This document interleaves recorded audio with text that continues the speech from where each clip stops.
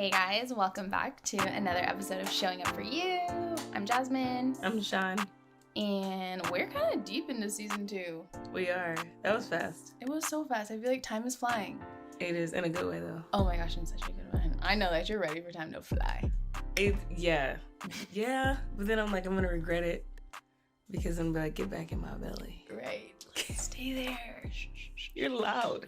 Get back in right. You're like fully human. Anyways, we're just super excited to continue to do this, together. And I always am like, I'm not excited for today's episode. Oh, or I'll be like, I'm excited. And then I'm like, absolutely not. It is. But today I genuinely am excited. Mm-hmm.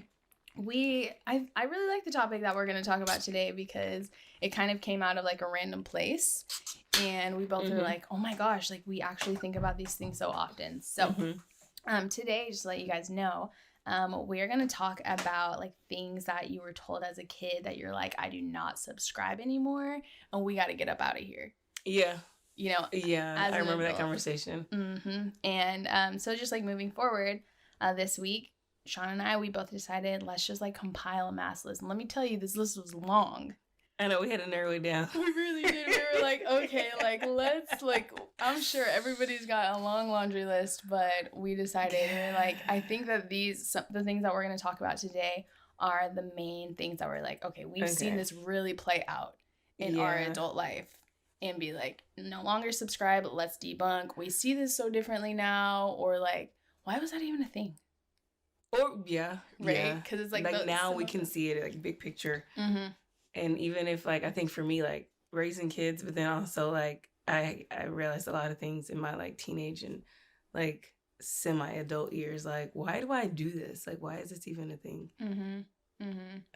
Yeah, that's right. Or like have you ever had like a friend or like somebody point out like, why is it that you do something like that? And you're like, because, okay? Right, I'm like because it's not an answer. I'm like, frick. I was not ready to think about that, but thank you for telling me. This is how I've been doing it. I mean, this is how I've been doing it. But I want you to start us off on our list. See what she does? Anyway. Okay, so one of mine, okay, and tell me guys throughout this, like, if y'all agree or if y'all are like, this was never said to me, good for you, you have a healthy life. But we love that for you. Apparently we got issues and that's okay. Yep. So one thing that I did struggle with is like I was told as a kid is like, do not leave the table unless your plate is clean. And as normal as that sounds, there were different things that were happening, like that was a lot of food, or like this is too much for me. This wasn't what maybe this isn't sitting right with me, but it was a sign of disrespect. Wow. And it's fine. Like, I think culturally and just like, maybe people in different families deal with it differently, but like that was just the thing. Like, don't leave the table until your plate is clean. And you better not, like, because it's a sign of like, I enjoyed your cooking. I respect you. I appreciate the food, and like, don't throw in like there's starving kids in other countries, like, because then you feel guilty. You're like, gosh. I sure better eat, like, you know what I mean? Right. And what that did for me, I think, is it made me have this really unhealthy relationship with food because I didn't pay attention to when I was like full rather than satisfied. Yeah. And so as I got older, I ate to finish rather than ate to satisfaction. And then I couldn't respect portion control. And then I couldn't respect like timing, with my body. And like, I remember being in high school or like freshman year of college and learning that, like our body signals our brain 30 minutes after it's full. You know what I mean? So like, when you eat something, it takes your body about 30 minutes to tell your brain like we're full. But in that 30 minutes, you would have gone back for seconds because you still think you're hungry.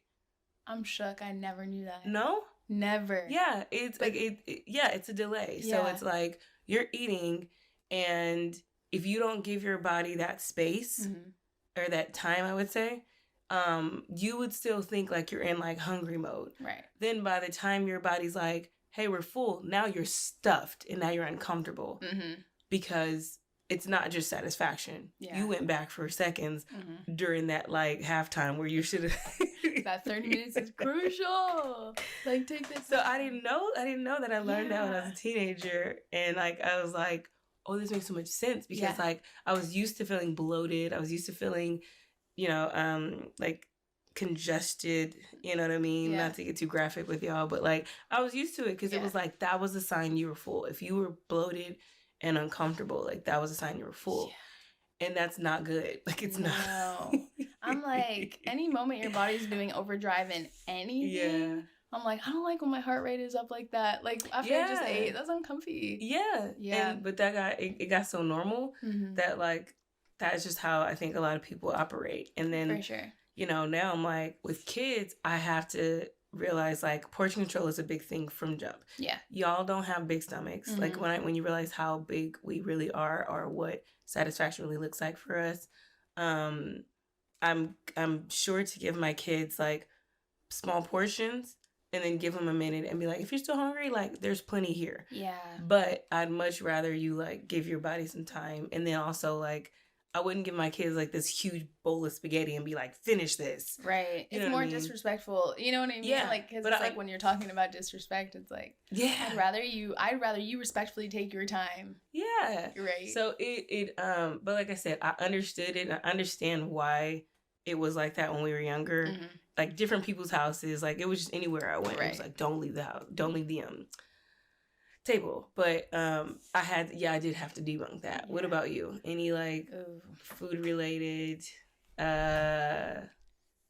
just relationship directives? Yes. Like I guess like directives. Like what do you think? Things I went through. Yeah, food was interesting for me growing up. I know I am naturally small. I'm naturally petite. And that was heavily commented on when I was younger. And that was something that was really challenging because it created also like this really bad relationship that I had with food. Like comments would be made to me of like, Jasmine, she's an Ethiopian. And I'm like, okay, not only is that fruits. Right, and I'm like, there's a lot of so much that unpack there, but it's like, keep this light. Somebody would make comments to me like that, or you need to drink some 2% milk, or all of the like, are you even eating? Are you eating more, or even just, and then like as going into becoming like a teenager, I had jokes come to me of like, why are you trying to be that small? As if I was making an effort to. Oh, wow. And so just, and that's something like even my adult life, I'll just be honest, like that I've continued to have to like walk through that in like conversations with people in my life, because I'm like, you're contributing to me having a negative relationship with food. Yeah. If anybody knows me, you know me, I will snack all day. Yeah. But I won't eat all meals. Yeah. Kind of thing. But I'm eating constantly. Yeah. You know what I mean? So it's like, but some other people see it as like, you should always have breakfast, you should always have lunch, and you should always have dinner. Yeah. And you're like, that's just not the way my body. It's just not. I just have a different like means of portion control. Yeah. But I think that a lot of it came from, where the context that I grew up in, there was like a very like scarcity mindset of like, I'm not used to having food in my cupboards. And so it's like, if we have it, we're eating it, and we're going to eat, and we're going to go hardcore because like, this is a luxury. And I completely understand that, because it's hard. Yeah, like food, like it is luxury, because yes, we can also acknowledge not everybody has that, but it's like, for me, I was being made fun of. My sister, she experienced the same thing, just opposite ends of the spectrum. So it was like the same thing was happening to us. I was just over here and she was just over there. Wow. And both of us, we took very like similar routes as to like how we dealt with it, because things were being projected onto me. If you're telling me I'm small, then I'm probably going to continue to try to stay small, because for some reason my mind has been manipulated of like, okay, this is who Jasmine is, and like, this type of stature or whatever. Then that affects body imaging as well. Like, you're like, right, exactly. And even like, and something I shared with you, and just to be, I committed to being vulnerable this season, and so here we are. But I went through a really like icky phase in college, and I would eat and then I would instantly throw up my food. Oh my God. And that's, so I just had to go through a lot of moments in that, because also like I was an athlete. That's so like, looking back now, I'm like, I like tore down my body in the worst way. Like, I'm so grateful now that I'm like, food is for nurturing yourselves, to satisfy yourself. Like, I have so much more awareness, and I've had to like really like work through like, okay, how is it that I shut out these comments? Because they haven't stopped. Like, I'll just be, you know, entirely honest. Like, it hasn't stopped for me. And even like my sister, and she openly shares this too, like, it hasn't stopped for her either. But like, we've just had to be like, okay, you know what? At the end of the day, you are going to deal with the way that your relationship is with food, and it has nothing to do with me. Right. And you shouldn't include me in that. Yeah. Yeah. And I think that that's something that, you know, I so often see, just like for her and I, where it's like, you got your own stuff to deal with. And is it that you don't like what it looks like over here? You don't like what this relationship is? Or you aspire to have this, but that's intimidating to you. Yeah. You know? And people handle that kind of thing, you know, differently. It's like almost like when you're bullied and people are like, it's because they want or they can't express that they, you know, I don't know. That, first of all, thank you for sharing that, because that's a lot. And that is definitely you being vulnerable. But dang. I look back now and I'm like, how silly. It is silly, but it's like, but it's true. Like, we all have things, and like you know, like Justin said, these are things that we were all growing up with, and it could be in our community, in our atmosphere, in our homes. It's not any one person. It's just the idea that like some areas and some cultures have different rules and signs of respect, or signs of I guess disrespect or dissatisfaction that we just automatically abide by. And I don't know. I think it's just fun to unpack it, just so you know, okay, I see why it was like that for that time. Yeah. But as for me in my house. Right. This is what we not gonna do. This is what we, right. So. Yeah. Next up. Okay. Asking for help. Don't do it. Don't do it. Speak on it. So what was your, like, what? Asking for help insinuates you're a burden, and insinuates you're asking for too much. That's what you learned as a young person. Yeah, as a young person. Like, you should be fully capable. And that's... I'm learning how to operate in the world. What? I need people. I need networking. People. Yes, and so, like, asking for help was just such, like, a foreign concept. Or, like, if you did ask for help, it was only in, like, a certain immediate surrounding. Which, that also, like, I learned, like, that doesn't make sense, because your immediate surrounding doesn't always have the resources that you need. Right? And so, I know that for me, and even... I think I've shared this in previous episodes. I still struggle to ask for help, because I'll be like, let me do it until everybody is like, you're broken and you're falling. What are you doing? Yeah. And I've still been like guilty of that. But it's, you know, I think that in my young life, and like in context where like I feel like I kind of learned this, it was just from having this mindset of like, you get on the ground and you do the work and you figure it out, which I believe that there's a time and a place for that, right? But it's like, I think that, you know, that creates this, you know, this idea in your head that you don't need help, which is like not true. And also like creating this hyper independence where it's like, you can't do that. You can't get very much done in your life, and you also can't get far. Like, that hyper independence is only going to take you so far. Yeah. You know, so it's like, what are you going to do if, you know, you're on a project, or, you know, you're working on something with a coworker and you really need another piece, but you're like, your pride is telling you like, I can't ask them for it, so it's just gonna stop here. That's so dangerous. Right? Like, it's such a pride thing, and I think that's what I took out of what I learned, like, in my young life, of like not asking for help. Like, in my adult life, I'm like, I'm gonna put my pride. I'm fine. Listen, let me humble myself. The worst you can say is no. Right. I heard that word too many times for it to be a surprise. Yeah. What about you?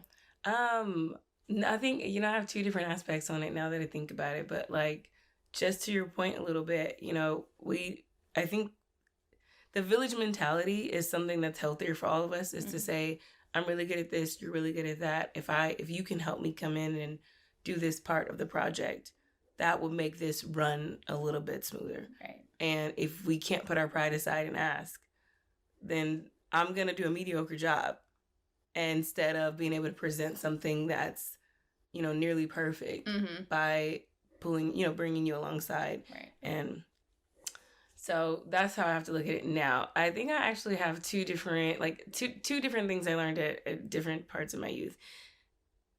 Asking for help meant like weakness. And so like you don't do it. Like it's like, and I sadly brought that into my relationship without knowing it.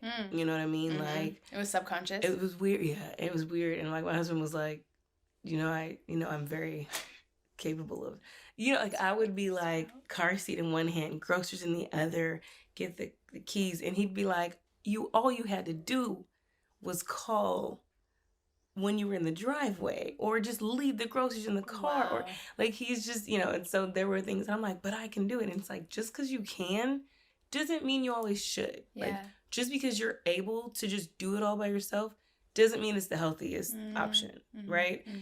And then on the other side of that, I think I had a hard time learning boundaries of asking for help because I also learned. Interesting. I also saw people ask for help and not.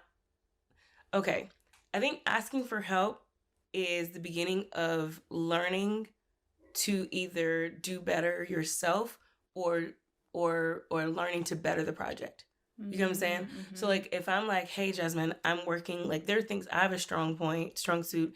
Writing is my thing. Yeah. I will do it in my sleep. Mm-hmm. If Jasmine is like, I'm having trouble writing this thing, Shon, can you come alongside me and just help me write this thing? I might do the whole thing for you the first time. The next time you might say, I tried to write it. Can you look over it and like peer review it for me? Yeah. The next time you might say, okay, I learned from what you helped me with before, and I think I'm pretty much, better at writing it. Mm-hmm. So sometimes I think asking for help is gearing you to like bettering that task yourself. Yeah. Through your growth. Yes. Right? So I love that for people. Mm-hmm. But what I think that I learned in the atmosphere I grew up in is like, I don't have to learn. If you know how to do it, you can just help me. Yeah. And that feels really like, it feels like you're being taken advantage of from the helper, right? Mm-hmm. So I didn't learn the boundary because I saw like people pull on other people with this like entitlement of like, well, you have it. You have the money. Why can't you help me? You have the space. Why wouldn't you let me be in that space? Mm-hmm. You have the tools. Why wouldn't you do it? Instead of wanting the help in order to like learn or be better at that. Yeah. And that's that. So it was like two different things and I was confused by it. And so I veered back over. Yeah. So I veered back over to the like, don't ask for help. Because I absolutely don't want to be the person to pull on somebody so much that they're like, all right, here comes Shon. She gonna, Yeah. And I'm not taking anything away from it. I'm not like learning how to write the paper. I'm not learning to see the issues with the paper or how to edit it myself or how to get in a second or third draft. Like that's something I learned. And so like as I got older, it's like I struggle with the pride, but then I struggle with like, if you're going to ask for help, you better like watch like a hawk and be present. Right. Like I'm taking notes. Take notes. Right. Yeah. And, but and then there's absolutely things that I still would need help with, but just having the mindset of, getting help to learn more about it. Mm-hmm. I had to come into that like in the hardest way. Yeah.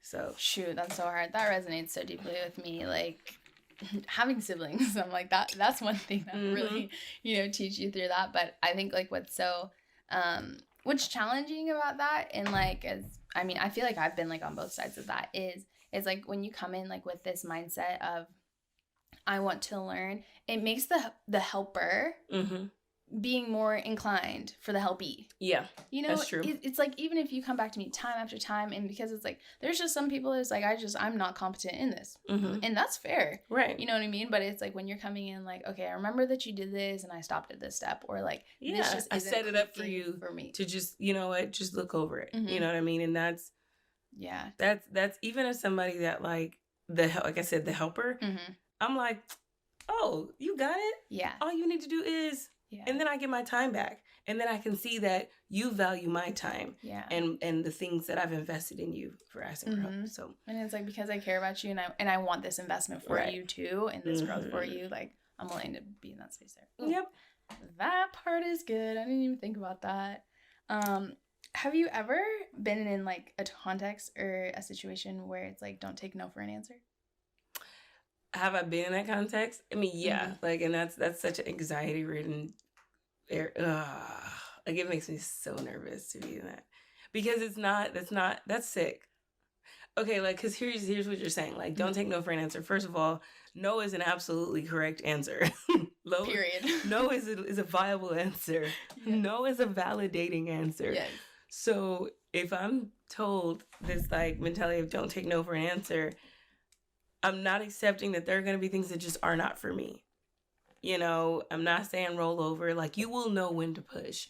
But like, I just it's that's a tough spot to be. Like, I remember my dad was just the type of like, he's the one that taught me like, no is not a big deal. No, it's not a big deal. But he's also the guy that's like, you go get the job, you go get the opportunity. You know what I mean? Yeah. So I've been in situations where I'm like, I'm nervous. Yeah. I think that this isn't for me. Like, so I'm not gonna push and make it awkward. You know what I mean? So I have been told that, and it's awkward for me. It is so uncomfortable, and like it's like in the like hurrah sense. Yeah. You're like, yeah, don't take no for an answer, and then you really in some context you're like, this is probably illegal. Right. Like, I probably shouldn't. I should have been out of this like a long time ago. Like, I know for me, like, there is moments where in my youth where I took like, don't take no for an answer as like, you always have to persevere. You have to get through all the no's to get to the yes, but like in the same lane. Does that make sense? Yeah. So it's like, so I'm just continually going through rejection, or whatever is not meant for me to try to convince. At this point, I'm begging. I won't even say convince. I'm begging. Yeah. At this point for a yes. Not diminishing that is your worth. Absolutely. You know, like, I know that I ended up, you know, having that kind of mindset for so long. Like, now where I'm like, debunk this. I'm like, no means that is not for you, and you need to pivot. You need to go somewhere else, and like, because over here trying to prove and like beg for that yes, it was diminishing my self-worth. And then I looked at myself and I'm like, okay, so every time that somebody said no, I took it so personally, and it was a reflection of who I was. Yikes. And that is a very, very dangerous place to be in. Well, yeah. And I guess even if like people are taught that, or that's something that is still like a thing, because not everybody's experiencing what we're experiencing, and we're very aware of that. Yeah. But even if it was, like, I feel like, hey, let's make sure we make the tagline visible where it says, don't take no for an answer. In certain situations, this rule does not apply. Like, because there's, you know what I mean? Like, imagine, like, going on a date and being asked. Like, have you ever been asked out by a guy? And this is something that makes women feel so uncomfortable. I hated this as a younger woman. And they're like, hey, can I get your number? No. Come on, give me your number. No. Like this, now I'm getting... This is not okay. This is weird. No, come on, let me take you out. And it's like, every time I see you, you want to...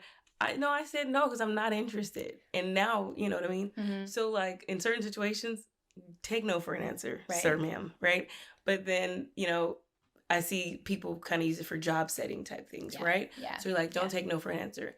Understand what your position is and understand where you want to go, and you gauge that properly. So I just wish that the tagline was taught along with the rule. Yes. Don't take no for an answer. Here's the situation that this applies to. Boom. Boom. But these other situations, take no for an answer so that you can stay out of jail. Yes. And you can avoid Save yourself. It's like you know what I mean? Yourself. Yeah. So I think that's the kind of that's I don't know, I guess that could be said about, I see where the intention is. Yeah. To motivate us. It's like, but let's just, when we don't like add the parentheses or put the tagline, when we don't do that, it's like, sis, he didn't want to be with you. Yeah, so I don't know. So I don't know. You guys weigh in on that. Like, what did you have you guys ever, been told that? And, has it ever led you anywhere where you're like, should have taken no as an answer? Mm-hmm. Mm-hmm. Probably should have taken no. Like, this is not the job I thought it was, right? This is not the relationship I wanted to be in, or this is not the task I needed to fulfill. So, I don't know. To each his own on that one. Yeah.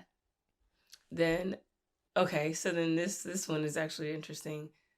Asking too many questions. Like, do you remember being told that when you were younger, or did you? Were you told that? Yeah, well, because I was an ear hustler. I was nosy. You just like, she took you somewhere I was not going. Oh. So like, don't ask too many questions. Like, yes. Obviously, Jasmine was in grown folks' business. That's what she was. I'm talking about in a setting of like, so classroom, at a job. Yeah. I think that when I was younger, it was like I was told or shown that like asking too many questions was an inconvenience.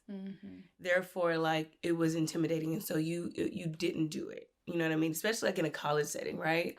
Lecture halls where you're like, I got a question. I'm gonna ask a question. Yeah. So if it means I'm holding up the lecture, I'm gonna ask the question because I don't want to sacrifice my grade. You know what I mean? Yeah. But I just remember a time where I was influenced by the idea that asking too many questions was irritating. It was inconvenient. You're bugging. Yeah. Like, but the reality is, like, I wish I could ask questions during church. I'm not gonna lie. So here's what I used to do. The pastor would speak, and I'm a note taker. Yes. And I would hear everything that he said, and I would write down my notes, and then I would wait by his office at the end of church. Because, like, they go and they meet and greet and whatever, and I'll wait by his office, and I'll be like, every week, I'm like, this is what you said, but you said this last week, and this just don't make sense. Like, why would God say this if you said this, and who's wrong? You're a God. Yeah. Like, I would literally tear the sermon apart. And so I'm that way. Yeah. Because you're directing me, you're leading me, you're somehow telling me, you know what I mean? So I need answers, but I can see how it was considered disrespectful, or it was like, and people get offended sometimes because it's like, you don't trust my purpose, or you don't. Yeah. You know what I mean? Yeah, it can be seen as disrespectful. Yeah. As well. Yeah. I know that I was a chatty kid in class, no surprise. But I also I asked a lot of questions in class because, and some, I'm sure that some were like, okay, this is off topic, Jasmine, like, unnecessarily.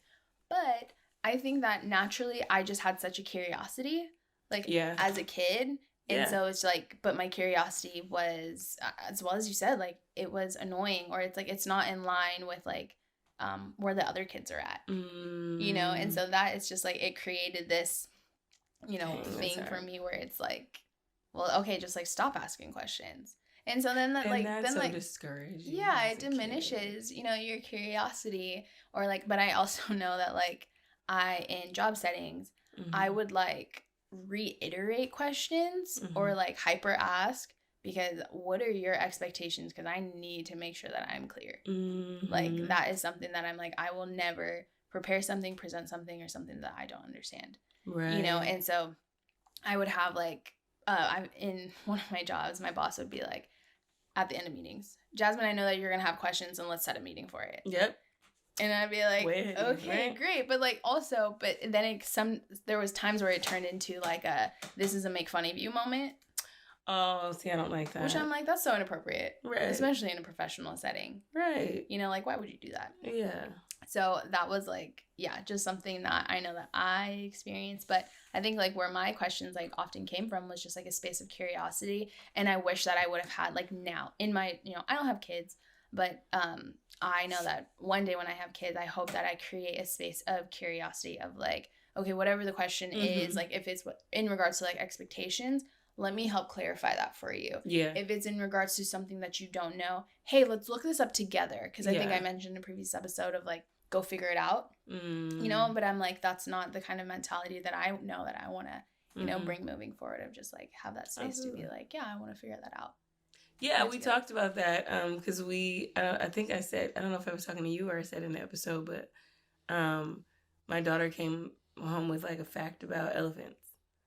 And like, we are very much that like, let's look it up, let's figure it out. I want my kids to ask questions, and I do want that space. Like yesterday, my son asked me, why do we speak English? And I was like, that's actually a good question. And so we had a conversation about it just randomly on the way home from school. So I was like, I want that space. And yes, it can get irritating because I might be trying to do something, but what I then say is like, hey, save the rest of these questions for later so I can talk to daddy real quick, or so that I could do this real quick. But I never am like, stop asking all these questions. Like that, to me, I think that is diminishing. But like, my daughter came home with this like fact about elephants. She was like, elephants don't like rats.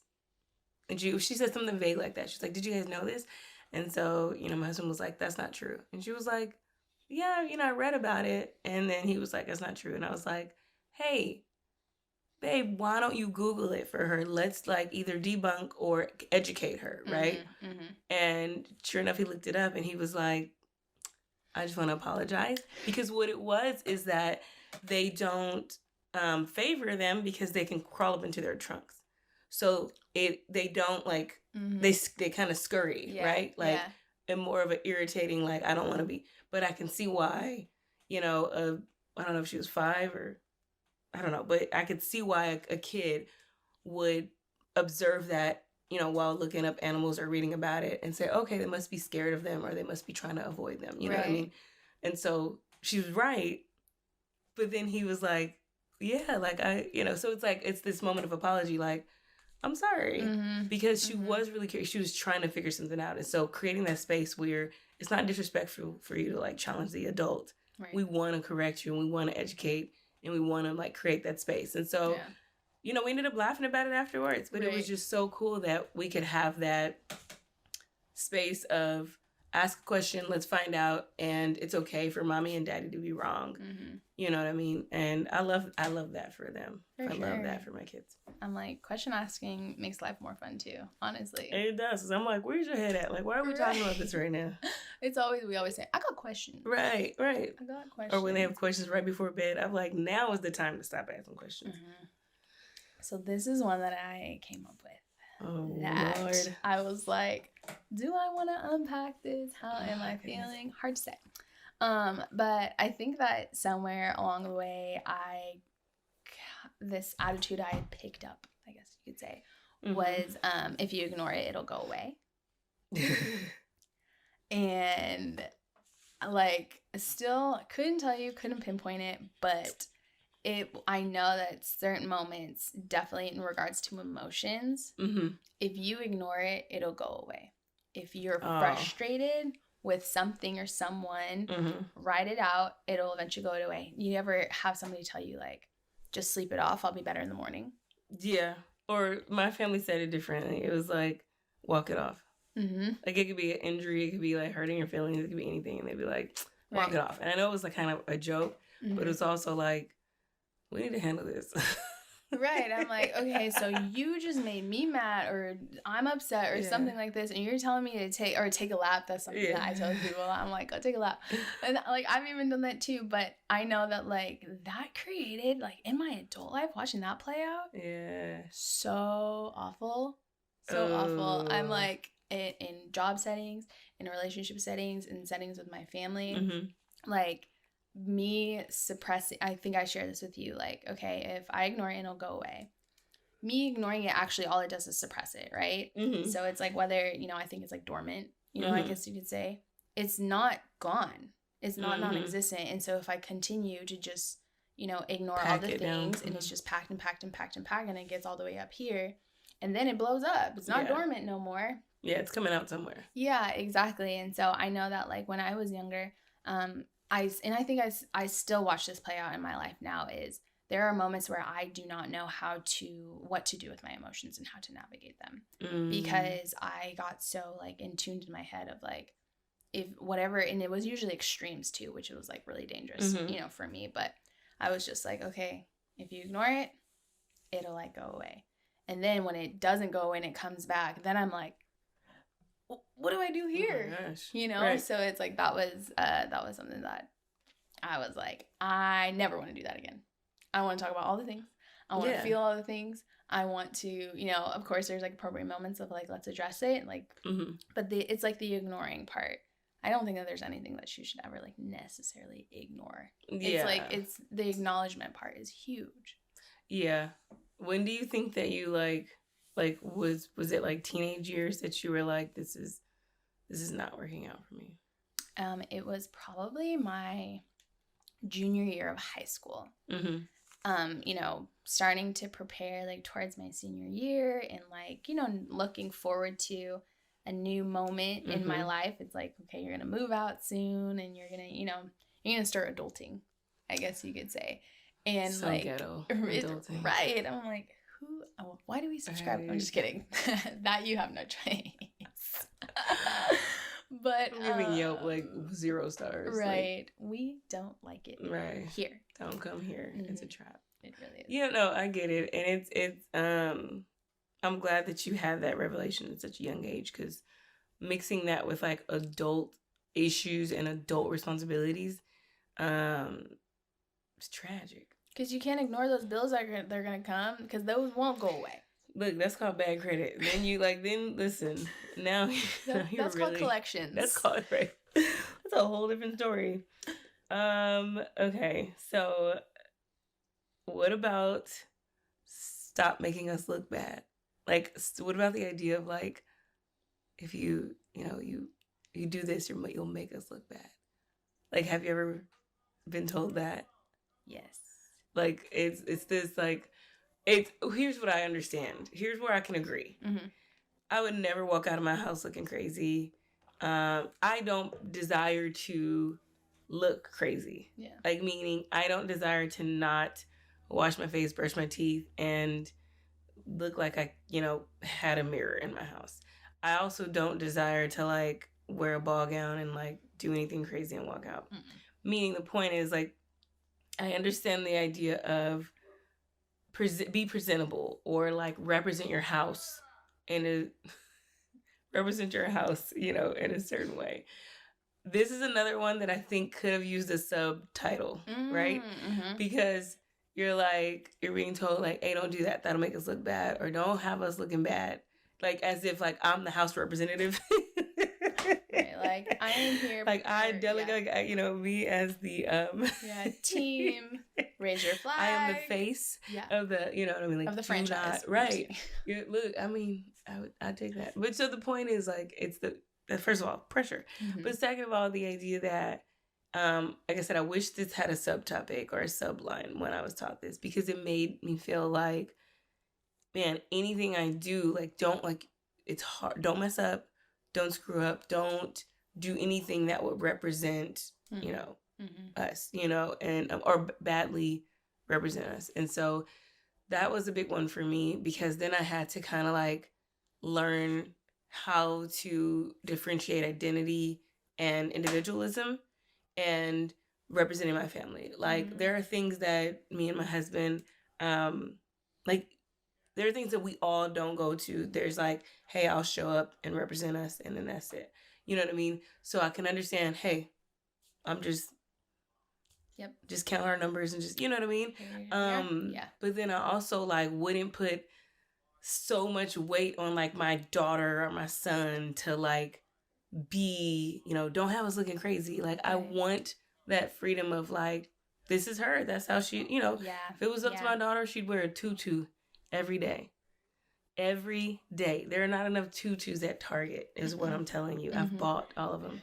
And washing like a whole load of tutus, it's ridiculous, right? You're like, what do I got on? She is the most girliest princess girl of all. Me, I love tennis shoes. I love sweats. I love, you know what I mean? Like, I can dress up, but I love shoes. Yeah. So I'm not in the prissy, whatever. So when I look at her, like, how dare I put it on her or make her feel like she has to change something about the way she dresses or whatever to represent the rest of us. My husband don't wear tutus. My dinosaur of a son doesn't wear tutus.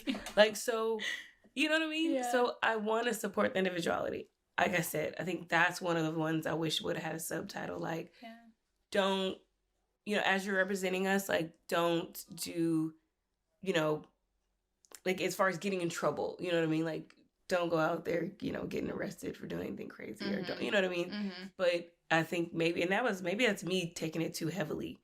Yeah. I don't know. Maybe that's like my perception of it. Like, so much pressure. I have to represent the whole Christmas family. Like, yeah, no, hard pass. That resonates so deeply over here. I'm like, I don't want to be a representative for any of it. No, like, honestly, no. Because, like, speaking, I think what sat with me so well, what you just said is, like, that really relinquishes so much individuality for somebody to have. The thing I love about my siblings and I, we are all literally nothing alike. So it's like, imagine if, you know what I mean? Like, it would be wrong for, you know, my younger sister to be the representative of our family. None of us are like her. It would be, you know what I mean? And it's like if you pass the torch to everybody, people would be like, no, we're confused. Like, no, as you should be. Right. Because, you know. And then it's almost weird that, like, we're subscribing to other people judging us and grouping us together. I think that's probably what makes it worse. Like, I've come to learn I hate you're keeping up with the Joneses. Hate it. Hated it. Debunk, subscribe. Okay. I want to be nothing like, boom. Let's keep rolling. Keep it rolling. Okay. Forgive and forget. Do you remember that show? No. There was a show. Okay. Called Forgive and Forget? Yeah. So like, you would, okay, so there's a show, and I forgot her name, but, like, she was like this really, like, bubbly Black woman, and she was probably, like, she was a little older, but she would, like, bring people onto the show. I can't remember her name. If anybody knows what I'm talking about, put it in the comments. Please. Okay.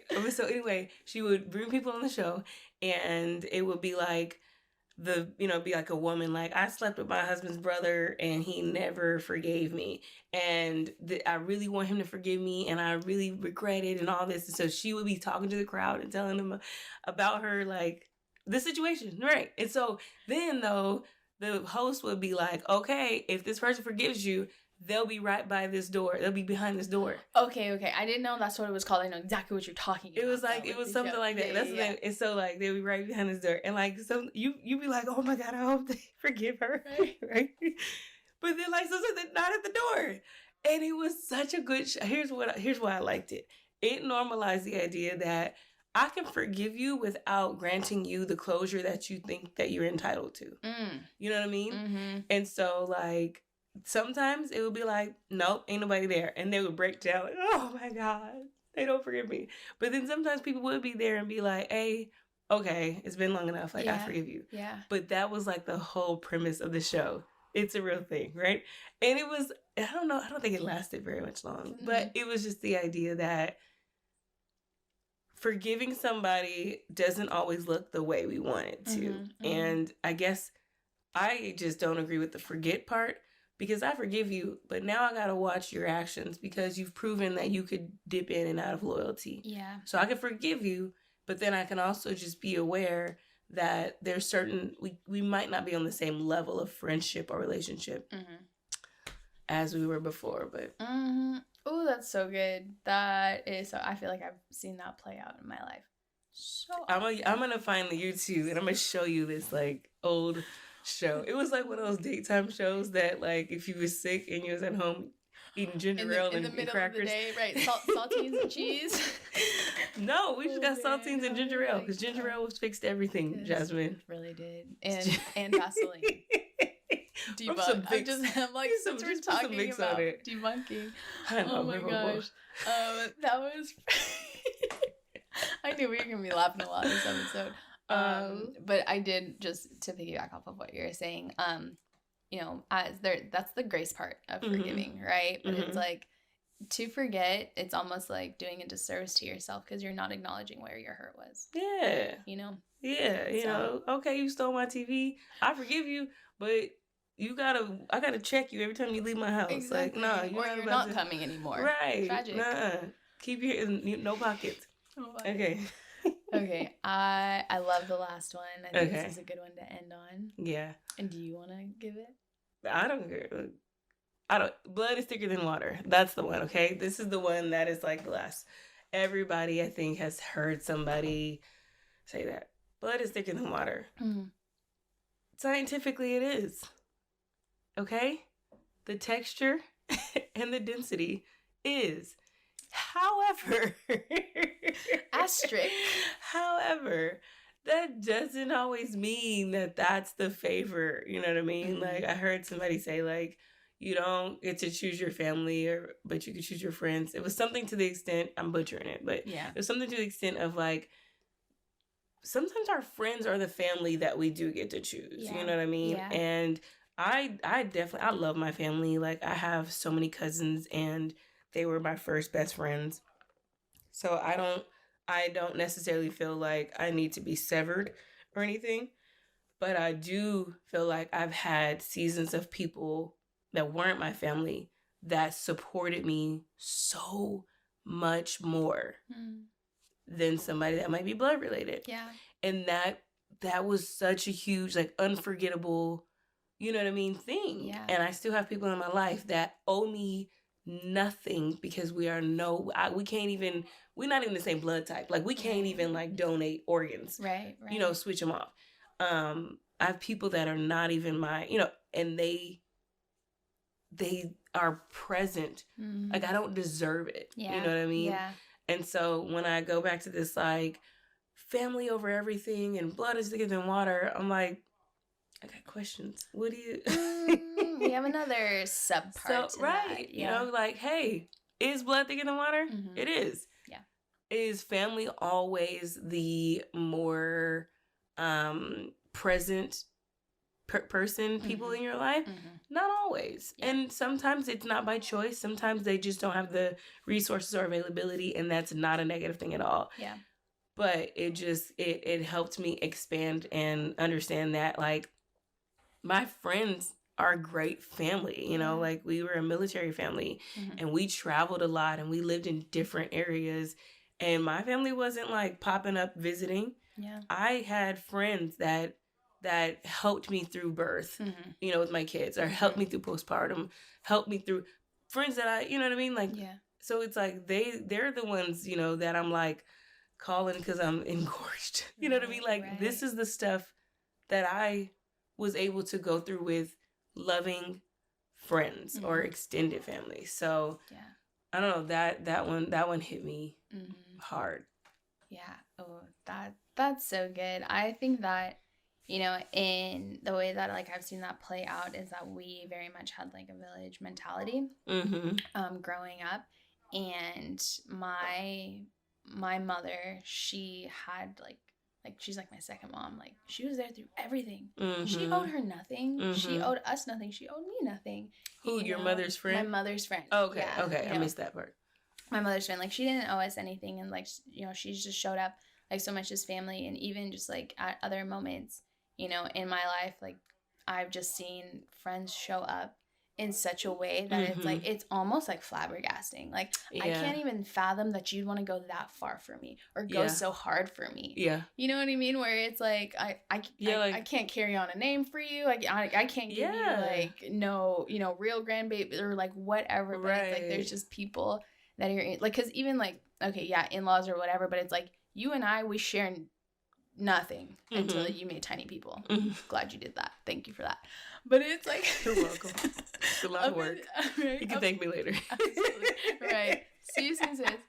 But, you know, up until that point, but I was like, what does she owe me? Nothing. I'm like, she married him. Yeah. You know what I mean? But it's like, that guy, we like him. It's all right. But it's like, here's something like, you just go so hard for me. And I'm like, okay, that's just, like, something that I love. And I love that we're redefining what family can look like. I think that's something that's like, it's good right there. So beautiful and, like, so challenging. And I know it makes some people super uncomfortable. For some, like, we can both recognize, like, blood is thicker than water for some people. Yeah, but and that's beautiful. That is beautiful. Yeah, it's like both are beautiful in its own ways. And it's like, but it's recognizing that not everybody is in the setting to have that. Yeah. Like you had mentioned, you were, you know, a military family traveling for so long. You didn't have the luxury of being in the same cul-de-sac or in the same neighborhood as your family. Or even the same city as my family. Yeah. Exactly. Like, people are spread out. So it's like, we should lean into, like, blood is, you know, is not thicker than water. Right. You know, because it's better to lean into that than to lean into isolation. Yeah, man. Okay. That's funny. These have been really fun. I think that, it's interesting to kind of go back, and look at what we thought was like the golden rule, or like these are the instructions to live by. Mm-hmm.